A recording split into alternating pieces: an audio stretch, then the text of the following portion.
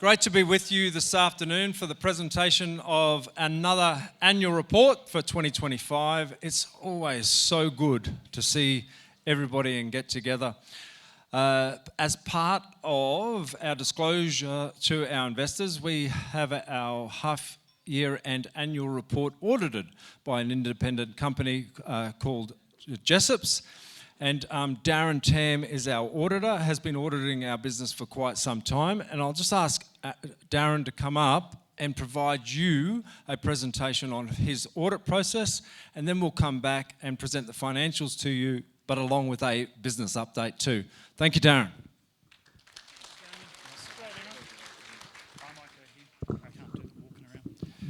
Okay, guys, I recognise some of the faces in the room, so I apologise to those that may have been at one of these lunches before and heard me speak. My name's Darren, as Jamie mentioned. I'm the auditor of Investors Central. I'm a partner at a local accounting firm called Jessop's. Jessop's is a audit and assurance firm. That's all we do. We don't do tax, we don't do accounting, we can't sell you car insurance, we just do audits. And I've been working with Jessop's now for 10 years. Jessop's has been in Townsville for over 35, 40 years, and Ian Jessop is actually an investor in Investors Central, believe it or not. He took the money that I gave him when I bought his business and threw it at Jamie, so which is a good thing. I've been involved as the auditor of Investors Central since I joined Jessop's 10 years ago. So I've watched Jamie and his team grow the business from what then was just starting out, probably 5 years into the growth history, and I've just watched Jamie kick goals, as they'd say, year on year, and grow the business exponentially as he brings new and exciting products online and such. And all of those investors in the room that have been with him since the beginning of time, and looking at Danny over there and Dieter up the back, you know exactly what I'm talking about. It's been an exciting ride for you all. Now, the reason Jamie gets audited is so that he can provide some comfort to you all in the room, because he's got an independent person providing an opinion on the financial report. Interestingly, the financial report is only available online. You won't have copies on your desk. If you're looking for it, it's actually a QR code on a piece of paper on the table for anyone that's really interested in the numbers. But I think Darren, you're going to run through the numbers for the people, so I don't have to do it. No, it's all good. So Darren's going to do a really good presentation on the results. What I'm going to talk about is the audit itself. The audit process is providing you with an opinion. And the best thing you can get from an auditor is an unqualified opinion. It's not with reference to my professional skills. I am qualified. An unqualified audit opinion, however, means that I couldn't find anything in there that would change my opinion that the financial report presents a true and fair view, which means that numbers that you read in that financial report, you can put faith in that they're not materially misstated or not majorly wrong. They're all pretty good. There's been strong results, and what Darren is going to present later is what will be included in that annual report, and I gave a clean audit opinion. There were no major issues that we came across as part of our audit, and we gave a clean audit opinion with no major issues raised for management. And that has been the story in the whole 10 years that I've been involved with Jamie. It's actually quite a good organisation to audit. The reason it's so good is we rely heavily on management in presenting those numbers in an auditable state. We rely on the integrity of management as well. And one of the things that I found from Jamie is he's always been a man that's honest. He is a man that hasn't got tickets on himself. I mean, if anyone's seen him drive around town in the truck that he's got, he gave me a lift in it once. It nearly broke down. It was quite funny. But he's not a person that's trying to big note himself. He's actually trying to honestly do the best by all of the people in this room, the investors. And that's the important thing. He actually cares about you. So with that, I might hand it over to Darren, because he's probably, or Jamie. And I'll let him talk through the numbers for you. So as I mentioned, Ernst & Young will be our auditors moving forward from next year. Unfortunately, they won't do a presentation like this because of being a larger firm. So we're very fortunate that Darren comes and actually personally talks to our investors. This year, we're celebrating 15 years. We have been lending and collecting money for 28 years. So that's a long time of door knocking and helping people and helping customers out. So originally it started on a local level and now we operate on a national level, but it's 15 years milestone since we first borrowed money from investors. So that's a wonderful milestone to meet, and we're looking forward to the next 15 years, and we're planning for the next 15 years. We've been very disciplined about our growth and how we've been able to achieve the records that we've been able to do, and nothing changes. So through that focus and discipline, we'll continue to grow into the future of the same ilk that we've done in the past. Now, the elephant in the room, interest payments. I got quite a few calls going, interest payments are coming quite early. And we thought that, so all jokes aside, we've been working with Computershare. So we send off the interest payments to Computershare to then process them and then distribute them to you. We do that at the start of every month, and then it takes up to 7 business days. So in our prospectus, we're going to leave it at 7 business days, but it's our intention to get your interest payments to you earlier than what we've been able to do in the past. So obviously it's better in Danny Jang's bank account early to earn interest on it, but it's just, we could have, here's a marked moment, because like everything that we do, we could have sat back and go, yeah, that's all right, that's done. We're constantly looking at ways that we can improve our level of service to all our customers and our investors. So it's a constant search on how we can improve the level of service, because you just can't beat great customer service. And it was asked to me prior, what's more important, the investors or the customers? Well, it's the customers. Because if the customers don't pay us back, we can't pay you back. So we're on eggshells about the level of delivery of service that we provide to our customers to make sure that we provide them every opportunity into the future. And we will continue to provide your interest payments as early as the 1st of each month. The group. So what do? If you're here today for a new time, so we just want to explain the business model. So Investor Central, it's an unlisted public company, and it owns a finance company called Finance One. It also owns a collections business called Strategic Collections and Commercial Credit Control. But the main business is Finance One. That's the biggest part of our business. We lend money for people to predominantly buy a motor vehicle.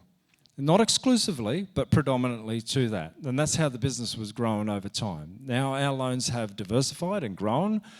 But so if we borrow money off our investors to be able to provide others with an opportunity to borrow money from us, pay us back, and then we pay our investors a dedicated return on their investment. That's the business model. Not only do we have a capability of raising capital from our investors, but we also have larger financiers that are able to fund our business through our asset-backed securitization program. So so there's 2 larger banks that fund us. Now I'm very pleased to say is they do not have a lien over the Investor Central group. You, our investors, rank first in preference to be paid. You always have, and we've stuck true to that. So they have a lien over their loans that they fund, which is separate to the business model. That allows us to continue our growth. We've got a $650 million loan book, and we're also expanding our lending. We do require more funding into the future, but that funding is at a more competitive rate too. So one of those funders provides us money at around that circa of 6%. So we're then able to help more credit-worthy customers to come into our ecosystem, and then that's why you see an improvement in our credit cycle and curves into the future. Our business model, it's quite simple. Our customers, they come to us for an opportunity. We're a high documentation lender, so on most of our customers, we'll get 3 months worth of bank statements. On a commercial customer, 6 months worth of bank statements. It's a window to somebody's financial soul but we look to see how we can provide an opportunity. Now, we don't lend to litigate. We look at that person to make sure that we're actually enhancing their lives. Is it mission critical, to that? Can they really afford it? But that's what that customer is looking for. They come to us because they can't get money or finance from a larger financier. Now, we are very considerate of when we look to make sure that they do have capacity with us. And there's a variety of different reasons why a customer may fall outside the mainstream lenders. That's from a default on their credit history as small as a telco that will sit there for 5 years. We can help that customer. Not only do we provide them an opportunity, we consider them, but we provide them an opportunity throughout the life of their loan. Now, with mortgages, we'll do up to 30-year loan terms now, and we'll talk about the mortgage business into the future. But with a normal car loan, it can be anywhere from 3 to 5 years. Now, things will happen over that period of time. Same thing. We provide them an opportunity, every opportunity to repay us over an extended payment program. So it's about working with those customers. And when we look at our investors, you want certainty. You want certainty that your money and your interest is going to be paid on a monthly rest, and on maturity that you are going to be able to get your money back. We have never missed an interest payment to investors. We have never missed a redemption on maturity in our life. So I'm very pleased about that. That's what our investors are looking for, is that certainty. Now, we want to provide regular updates like today so that you understand our business model, but you also get access to the financials, but also teammates. So a lot of you will have one or two of our teammates sitting on your table that you can ask questions about our business model and what we do. It's not rocket science. We borrow money from investors, we lend it to customers, they pay us back, and we pay a return to our investors. Our products, our range of products. When we started 15 years ago, we had one product. It was a car loan product that we were able to help a certain clientele. And now, as we've grown over time, our interest rates have become more competitive, so we're able to help a broader range of customers. Now, that's consumer customers, but also commercial customers. We wrote our first commercial loan in 2016, helping now a wide variety of commercial customers for mission-critical assets that are going to improve their business. Now, whether that's a tree lopper with a wood chipper, whether that's a light commercial truck, those kind of things that we can consider. But we also help a broad range of customers now for larger commercial loans as well, for whether that's a big truck or whether we can actually take a mortgage as security over their home or an asset, so we can provide a larger loan as long as they can afford it. So we're very excited about continuing that journey, but like we've always done, it's bullets before cannonballs. So we trial something and we grow it before we launch a cannonball. So it's steady, making sure that we're understanding that industry sector. We have a long cohort of customers that we're able to understand our industry sector and then leverage that data to be able to create new products. So when we look at the mortgage products, we understand the payers that have paid us in the past and whom we're looking for that can afford to buy a home loan into the future, or look at other assets that we can finance. We've been very disciplined with our growth. As you've seen, we've reinvested over 75% of the profits back into the company since inception, and we will continue to look at different ways that we can continue to expand our company. So what are we looking for? So the idea of today is to give you an idea of how we can help customers, whether that's a consumer or commercial loan that's secured against a mortgage. Simple as that. So we're looking for somebody that is creditworthy, that falls outside the mainstream lenders. And there's a plethora of reasons why you're unable to get a loan from some of those larger financiers, because they take such a cookie-cutter approach to a mortgage. and they're very vanilla. Now that could be that your financials aren't up to date, but we can get 6 months worth of bank statements. We can look at your financials, and we know that you've got a great deposit going in. We're targeting metro areas, so we're not looking for whoop whoop or anywhere out west, and it's a reasonable asset, and it's going to improve your life. It's tough to get money from the larger financiers at times, and we can facilitate a loan while you generally will transition through to a larger financier. So what that means is that, while we have longer loan terms that we're able to offer, these will be financed away from us quite quickly. So the person will use us for a period of time, pay it out, and then get cheaper funding in the future.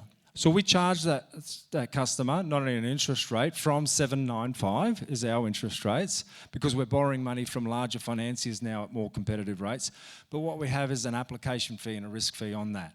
And that can generally be around that 1% to 2%. So our actual return is around that 9 to 10% to be able to cover that. Does that make sense? Yep.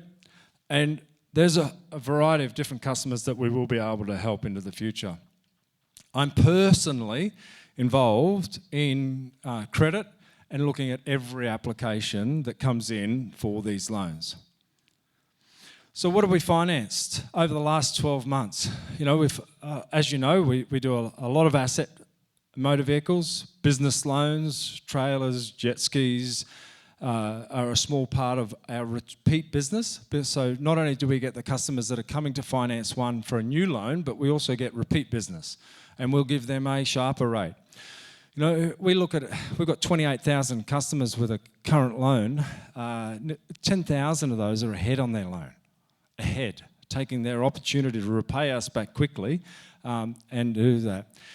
Now, we've received over 35 applications for finance for the mortgage product that we've looked at. 2.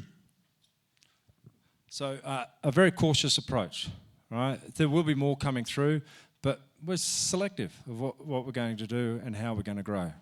But next year, you'll see that will be a more meaningful number than this year, but it's within a range, right? And I just love our investors to bits. One of our investors, you get so many questions from different investors, and one of our investors today was asking about, well, do you look at floodplains? Do you look at drainage? Thank you. And they're all worthy suggestions. And part of the new Form 2 guides that when you buy real estate now, there's so much more disclosure to our customers. But it was a great shout out. So we're always looking to improve any process of our business. We're spread across Australia. So we're not just Townsville. We're not centric to North Queensland. We originate loans through a network of over 4,000 finance brokers right across Australia, and whether that's in Western Australia, Queensland, New South Wales, but Northern Territory we're very cautious about. We won't rule anybody out, but we're very selective on whom we get a loan to. So it used to be about 1 in 5 loans settled. We've been able to improve that by educating our broker network, but we still do a lot of work to be able to pre-vet those customers, and it's still under 50% actually settle, because we don't accept vulnerable customers. If we're not improving your life, I just can't help you. It's as simple as that. Darren Cantor is our CEO. Darren's been with the business now for over 3 years. We're a member of quite a few different organisations, and one of those is the Australian Finance Industry Association. It's called AFIA, and that caters for all the non-bank lenders within Australia. They have their awards nights every year, and part of that awards program is they have an award for what they categorise as the best CEO in Australia, for excellence in guidance in business. All right, Darren this year won that award. So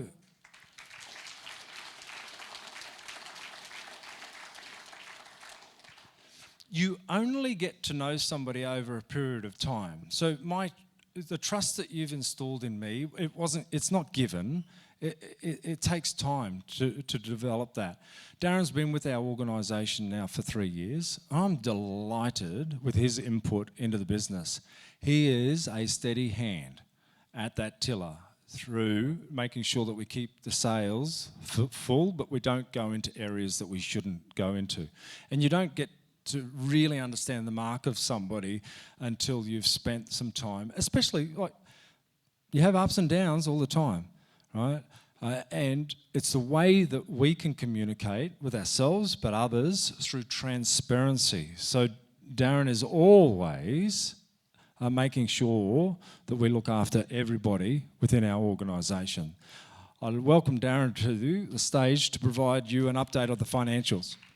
Our award-winning CEO.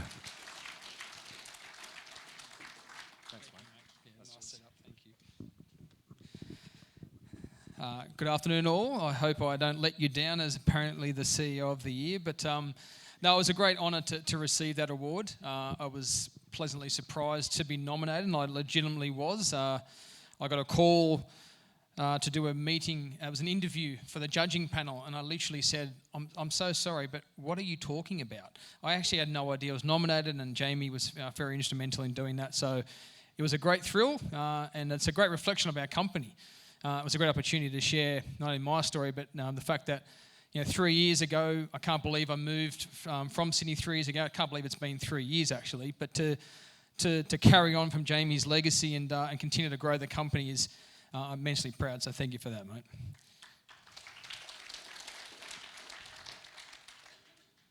So how have we gone?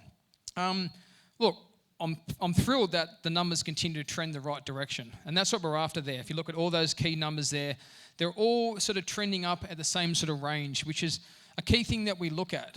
One thing that Jamie has just talked about there and we're so disciplined at is not looking for short-term sugar hits. We play the long game. So we don't want to see massive spikes up or down because it's a long game that we play. So I'm really proud to see that the loan book's at 621 mil at the end of the financial year. It's sitting about 650 mil now. And we see some really good opportunities through those mortgages that Jamie said that will extend that even further. I think I do recall saying at this last lunch that if we didn't deliver a mortgage by this time today, one of those cannonballs might have been fired at me that he refers to. So I'm glad we got a couple away, and there's a lot more to be done. But we are taking a really cautious approach with that. Obviously, deploying a greater capital for a mortgage. So we are really taking that prudent approach, and we don't apologise for that because that's obviously our responsibility to you as investors. Press a button. Here we go. So the full year results, I'm super proud of these results and the team deserves a tremendous amount of credit. Everything is trending in the manner in which we'd like it to. So revenue at 140 mil, which is great. What we also have, super proud of the fact that we made 23 million of pre-tax profit. We make no apologies for wanting to make sustainable profit because that's the best protection that we can give you guys as investors. Our asset base now at 730 mil. We really want to see that growing. I said a challenge to Lachlan, our CFO, to when's that going to be $1 billion? That's a major milestone for our company, and we're really keen to see that continue to progress. What I cannot ever take lightly is the equity position, the retained earnings from Jamie and Dee. I speak as a team member of the company and also an investor, because I too am an investor. The commitment and dedication to continue to reinvest profits back into the company to protect the company and to protect investors is fantastic, and it's allowed us to do so many things that we otherwise wouldn't have been able to do if you didn't have that discipline and that. So I thank you both for that ongoing commitment. The arrears as well, from a losses perspective, I'm really happy with how we're handling that. You'll see in the next slide here that we've made a concerted effort to buy better quality customers as we continue to grow, and that's evidenced through our provision for doubtful debts there. You can see that we've grown the asset base quite a bit, but the provision hasn't gone up at the same level. That does not mean that we're not taking the conservative approach. It's just that the credit quality of our customers continues to improve, so they are performing and repaying us back at a better rate than other customers that we had in the past. So you can see our loan book there, as Jamie said, 28,000 customers. So we have a team of over 200 people now servicing those customers. What I like about that loan book story is, as I said before, it's a consistent growth. There's no short-term stuff there. We're playing the very long, disciplined game, and that's reflective in that growth. The average loan size now is about 32,000. That's gone up quite a bit as we've grown our commercial business, and that will continue to go up quite a bit more. A lot of our commercial customers now are coming into the $50,000, $60,000, and in regards to the mortgages, obviously lending up to $10 million will inevitably drag that average up there. But one thing we will always do is maintain having a diversified customer base. Right, that's the best protection for us all, is to diversify our risk there. So one thing is, as we're moving up and doing more loans, we're not abandoning the customers that have supported us from the outset. We continue to service a market where the banks are continuing to be tighter. Some of you who don't live and breathe finance every day probably aren't aware that the banks typically only fund about 45% of new mortgages now. I've been in the mortgage game for a long time. You know, it used to be at 80% at various stages. So what that shows is, as the banks keep tightening up their lending, it's just allowing more customers for the rest of the market, of which we participate in, to take a reasonable market share. So there's huge opportunity for us there. Hence why we're not rushing it, because it's not going anywhere. We can be disciplined about how we attack that. Arrears management, as I mentioned there, that's the one that you want to go down. So everything else we want to go up, this is the one we want to go down. And you can see that there at the end of the financial year, it was 15%. It sits at about low 14% now. We actually went into the 13% for a very short period of time there. But that's the current levels are the lowest we've had the arrears since November 2018. So that's a major step forward for us. And again, it's just an ongoing commitment to buying with discipline. As Jamie said, we're a high documentation lender. We make no apologies for that. Right? Jamie often said to me, when you look at someone's bank statements, you look inside their soul. And first, when I heard that, I thought, no, that's interesting, but I've never forgot that. It's really a good insight as to who we're lending to. So that disciplined approach to credit management and disciplined approach to arrears is why that number continues to go down. And again, that provides more protection for you as investors. This is another way to essentially show this. What we're looking for here is a flat curve. So essentially the amount of customers into arrears over the journey there. And you can see the colours there. So we've continually got better from 2022 onwards. And the early signs of 2025 continue to look good as well. That will adjust up as what we call as the loans season a bit more, but early indications suggest that it will be performing in line with 2024, if not better. So again, a further example that we are buying the right loans and the right customers. Strategic collections. This is something that we're really proud of as well. Again, on the same vein of taking a slow approach. If you look at the numbers there, we've committed to $12.6 million worth of funding for that business. So if it only represents about $5 million of the capital that 5% I should say, of the capital that we deploy. And it's producing about 5% of the total group's revenue. So it's a small part of what we do. Again, quite deliberate, because it's an area that is collections is not new to us, but this is a new part to us. So we could do a lot more investing into debt purchase, but we've taken a very conservative approach, and we feel that's been a very prudent decision because the opportunities are available to us now. The market is coming to us. Some of those competitors have had troubles, and I'd like to thank Lachlan, our CFO, has been amazing at just identifying opportunities for us to grow this business sensibly. And we are really optimistic about this position of this business now. We've probably been slower than I think Jamie might like us to be at stage, but I think he would say that he's very happy with where we're at right now, because there's a tremendous opportunity for us to grow that again in a sensible way and produce a real meaningful profit to the group in the coming years. I think last but not least for me is our headcount. I like showing this slide because it shows our commitment to growing and opportunities for our team members. As the company continues to grow and we're giving customers opportunities, as Jamie said, giving customers second chance to lend, we're employing more people. We love bringing in team members. You know, we have a saying, we like people being in the office at work. We don't like the work from home thing. I make no apologies for not liking that. That's not very popular, I must say. And don't get me wrong, we do have flexible arrangements because you have to these days. But we make no apologies for wanting people to come into the office. We want to see them. We want to collaborate. We want to share. We want to build a culture. And that's what we love. Like, I love coming into work. And Jamie says I've been a steady hand. I've become less of a steady hand lately. I've sort of apologise for that for some of our staff members, but but it's because there's so much energy in the office now. We've really, over the last few years, employed some incredibly good people, and they bring so many ideas. And I'm actually impatient at the moment because there's so much energy and so much talent that I just want us to move faster and do more. So I'm really optimistic about what the company is going to do in the next few years, because, as I say to our staff members, we are well capitalised thanks to you, right? We have more products than we've ever had, as Jamie's had a slide up there, and we've got the best people, I think, in the market. And you put those three things together, and there's absolutely nothing stopping us being successful for the next 5 to 10 years. So I'm super thrilled for the people I've got, and I'd love to thank our team members for their time and their dedication, because it's with them and your support that's produced the great set of numbers that we have today. So thank you for your time. Thanks for your continued support, and I'll bring you back to Jamie now. Thank you.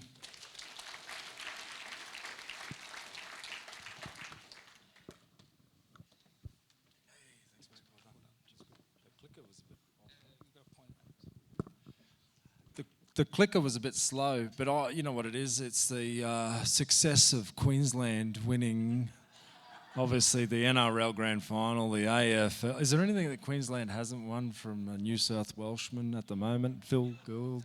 Yeah. Just on our head count, and we talk about a range of products and things like that. What's our biggest challenge? Is people in our organisation. So some of our teammates are here today, but it's the everyday heroes that come to work and actually want to collaborate and contribute and understand our responsibility. We're not a public organisation. We're a private enterprise, and we have responsibilities to our stakeholders, which is our customers and our investors. And the people are the driving force of that. And if you are here today as part of our Finance One team, I want you to commit. Just commit to making our place the very best that it can be to come to work every day. Now, we're not going to rock it out and kumbaya every day, but that we're going to shoot for that title. And we do. So if you're a teammate at Finance One, please accept that it's your responsibility and mine to make sure that we deliver back to all these great people in this room. Investing. We offer a fixed rate and a fixed term. So our investors can put a toe in the water, and we only want to be a very small part of your investment strategy. We have continued to deliver returns back to our investor base over the last 15 years. There are no management or establishment fees to maintain an investment in our company. It is quite straightforward about what we do. We have a dedicated investor relations team with Marg and Sharon and Bevan, and they just do an absolute outstanding job. Thank you. Really, we've got some superstars within our organisation. I mean, that's a small reflection of the people that are really trying to make a change.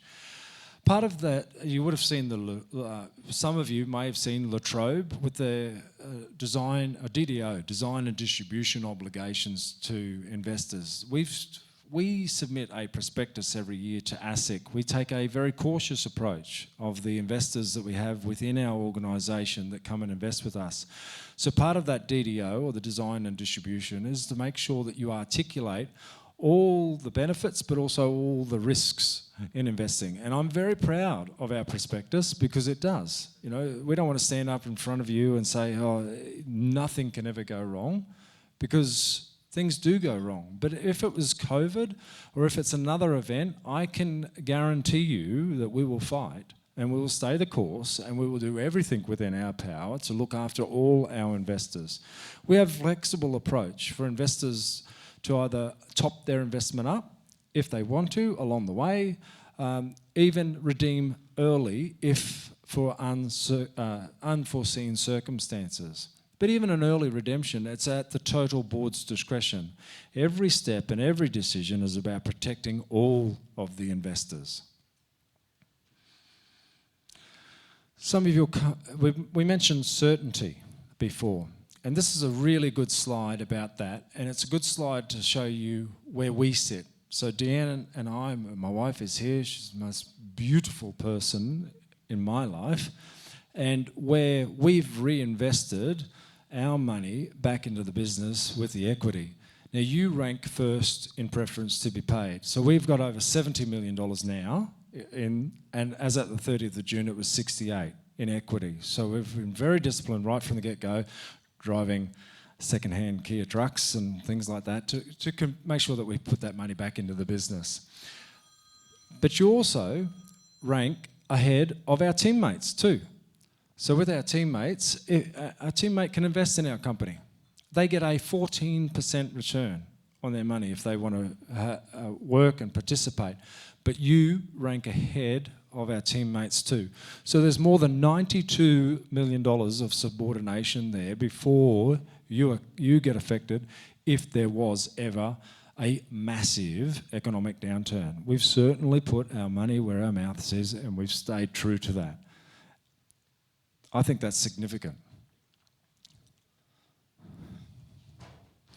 We've grown our investors over time. Now that growth, it hasn't all. I've got holes in my shoes and sore knuckles from door knocking and just telling anybody that would listen about our business model. But it's you that I can thank. It's not only for your ongoing support, ongoing encouragement when the chips are up and the chips are down, and the phone calls that you make. I really value it and I really appreciate it. But it's your recommendations to other people. You know, we value anybody that you feel that may be interested in a small investment with our company. And we want to continue. You are a mainstay of our business and a mainstay of our strategy moving forward. And I encourage you to refer anyone whom you feel may be interested in an investment in our company. And we've continued to grow that. We offer a fixed interest return. It's paid monthly. You can pop just $25,000 in for 3 months and get a small return. And if you feel comfortable with our organisation, you can increase that, providing that we're still looking for funds. Obviously, if the market plateaued, and whilst I do want to grow, but we won't growth for growth's sake. It's about protecting our equity along the way. And at any time, like COVID, we completely stopped our lending, we paused, we put ourselves last and made sure that we can meet our commitments to you. That will never change. So the sweet spot though is that $500,000 at approximately 36 months for a 9.5% return.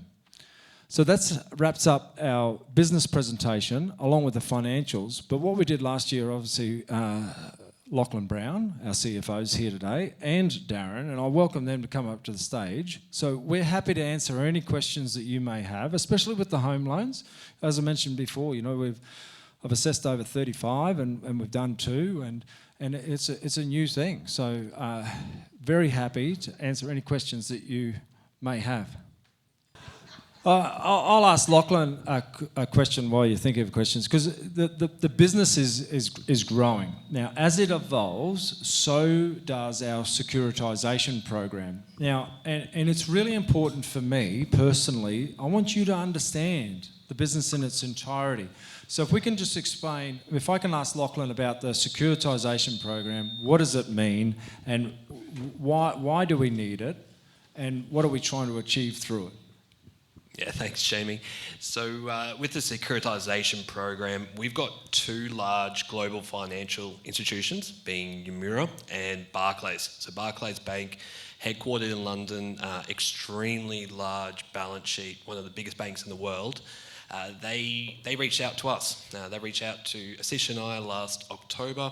They want to be part of our group.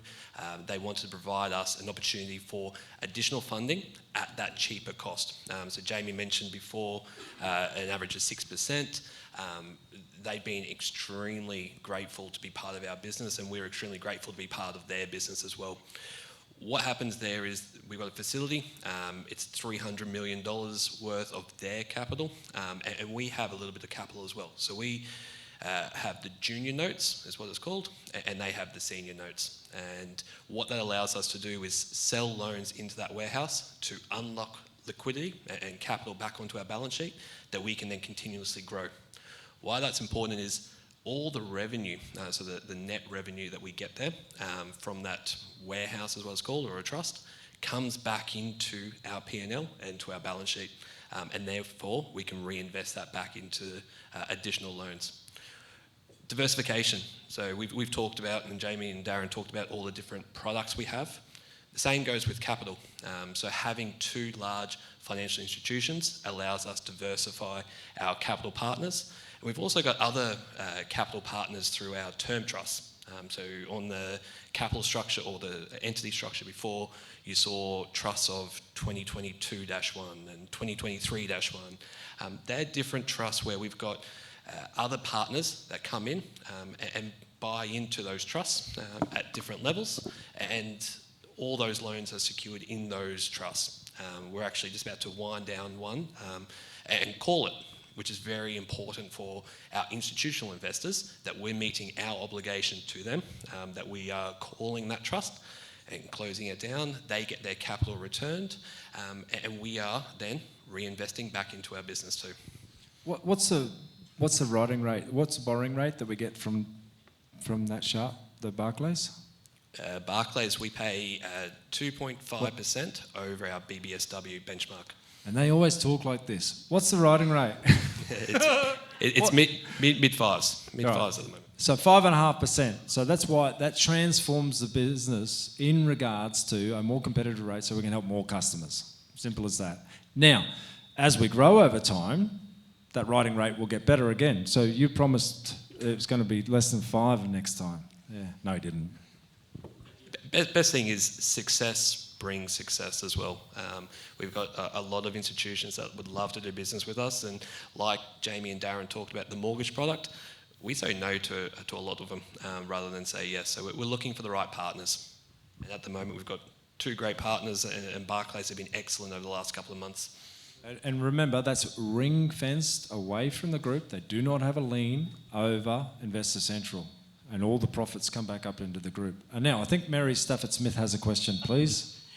I was just going to ask, at the moment you're looking at these mortgage things. Can you just give us an idea of what you're looking towards diversification in the future? So, you know, this is what you're going into at the moment, the mortgage things. Have you got ideas for diversification into other things in the future? Thanks for that. Have you met Jamie? Now, today we're doing fencing. Tomorrow we're doing submarines. I've got no idea. No, right? The mortgages will keep us busy for a while, all right? Because it's a longer play. One of the I suppose the focus areas for us as internally is actually looking at streamlining some components of what we do. Because often in business, it's not necessarily about what you do, it's actually what you don't do, right? So we are going to be really disciplined, not just to chase the next thing. So I don't really have a fancy answer for you at the moment. I would see that this mortgages and continually moving up the credit curve on our normal assets. So you might recall we've been moving up the credit curve. We're still only just scratching the surface of where I feel that can take us. So I think if we maintain that focus on growing better quality asset finance customers and moving into mortgages, that should keep us entertained for the next 2 to 3 years at least. And I would think we would take some fair bit of convincing to take on anything else right now, because we've got enough on our plate. You pick up too many sticks, you end up dropping the lot. Simple as that. Yep. Now, I think Danny had a question. Yeah, if you got the big financial institutions offering you cheap money, why are you worried about the small investors, the small local investors where you're paying a high interest rate? Because you are the backbone of our organisation. We can cater for a group of customers, which we always have. You guys have floated the business to be able to allow us to help other people and operate in an industry sector that some of those larger financiers just don't want. So we've been able to help credit-worthy customers and pick through those to be able to help. Please understand, we don't want you going anywhere. You are a mainstay of our business, and we want to continue to develop this into the future. We wouldn't have had the relationships with Namur and Barclays without the backing of Investor Central. I think that's very important. And they have been confident to back us in our growth because of the dedication and commitment we've had from our existing investor bases. So, and as Jamie said, it allows us to do things that otherwise other competitors couldn't do. Because if you're only a lender who only has those warehouse facilities, you're restricted to what they can lend you to do. But with your commitment and your support, we're able to dabble into areas which continues to fuel our growth. And support the existing customers that we've been supporting over the last 15 years and help more of those people, mindfully. Yes. Just what I've looked at, what you're talking about with the mortgage loans, but they're over a longer term. So you're looking at shorter term loans that you're recouping monies from, but mortgages can go for 30, some cases 40 years. Yeah, So- the mortgages, you will write a mortgage for a 25 or 30 year term, but the average mortgage in Australia goes for about just a bit under 4 years. And that's mainly because customers refinance out or they sell their asset. So yes, whilst we have to take that on for 30 years, from a funding profile perspective for Lachlan, we can typically model out that the average customer will not last that 30 years. Make no mistake, we want them to, right? And absolutely right. So, but typically that's the trend. It's only early days for us. What I would expect, we'll have a certain cohort of customers who, if they can get back on their feet, might want to refinance out. But I think there'll be certain customers, as evidenced by our core asset finance business, that will stay with us for a long period of time. So it's still a bit early to tell how that looks, but we understand that the profile we would typically expect to be 3 to 4 years. So it's like a bridging loan. Yes. Bridging loans can be shorter for a set purpose of obviously just typically selling one property into the next property, right? So there's a set purpose for a bridging loan. We'll have other customers who will have just generally typical mortgages where we will fund them over a 30-year period, but they may elect to refinance after 3 or 4 years, so it's a separate purpose. But whether you call, we talked about this yesterday, whether you call it a bridging loan, a short-term commercial loan or a long-term mortgage, the fundamentals are the same. You're lending money against an acceptable security under a term that's agreed between the lender and the customer, and we're maintaining that flexible approach. We get more applications than we can service, so we can be selective on whom we choose to give a loan to. It's as simple as that. Slow. He's a bit slow and he's a credit. He's too conservative, which is a good thing. We had a question over here. So, Jamie, I have a serious question, and that relates to strategic collections. So I've been interested when you acquired that company to see where it is, I guess, 3 years. So what I note is the profit potential in that part of the business. So where is that going to go over the next 5 years, given that it's such an attractive part of the business?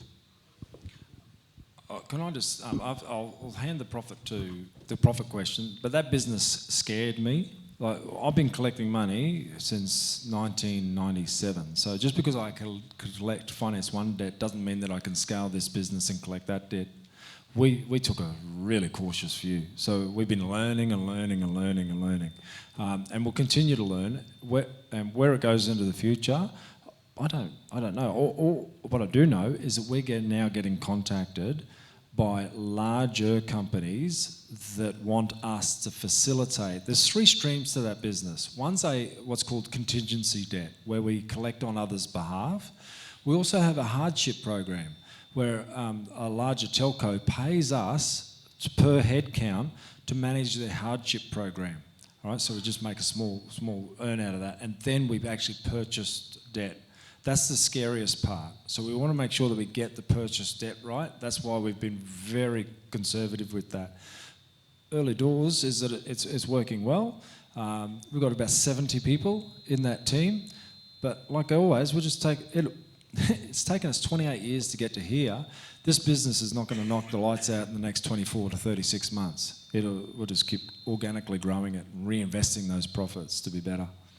I think before Lachlan goes on the profit, for every deal that we've purchased, I'd say there'd be about 5 to 7 deals we'd say no for every deal that we invest in. So there's no shortage of opportunities for us to buy the right debt.